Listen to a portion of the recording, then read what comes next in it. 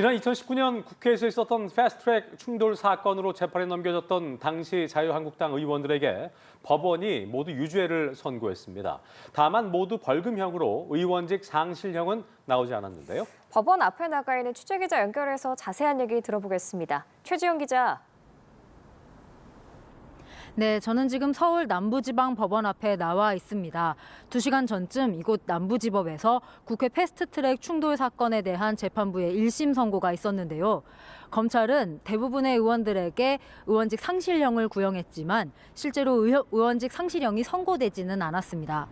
사건 당시 자유한국당 원내대표였던 국민의힘 나경원 의원을 비롯한 전현직 의원들은 특수공무 집행 방해와 국회법 위반 등의 혐의로 지난 2020년 대거 재판에 넘겨졌는데요. 재판부는 나 의원의 특수공무 집행 방해에 대해 벌금 2천만 원, 국회법 위반 혐의에 대해서는 벌금 400만 원을 선고했습니다. 송원석 국민의힘 원내대표에게도 벌금 1,000만 원과 150만 원을 선고했습니다.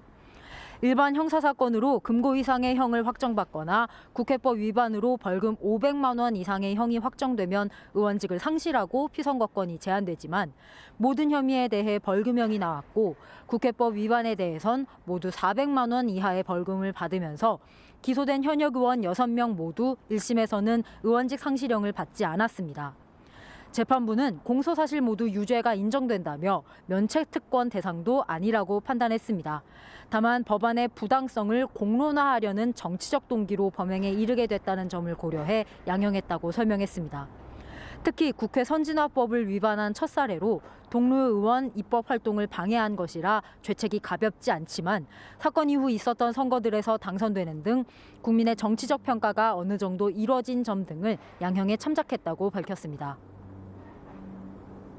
네, 1심 선고가 나기까지 6년 가까운 시간이 걸렸는데 이 이유에 대해서도 재판부가 설명했다고요? 네, 재판부는 가장 먼저 피고인들의 수가 많은 점을 꼽았습니다. 피고인 수만 26명, 검사가 제출한 증거도 2,000개가 넘었고 관련 증인과 증거 파일 수도 방대해 많은 시간이 소요될 수밖에 없었다고 밝혔습니다.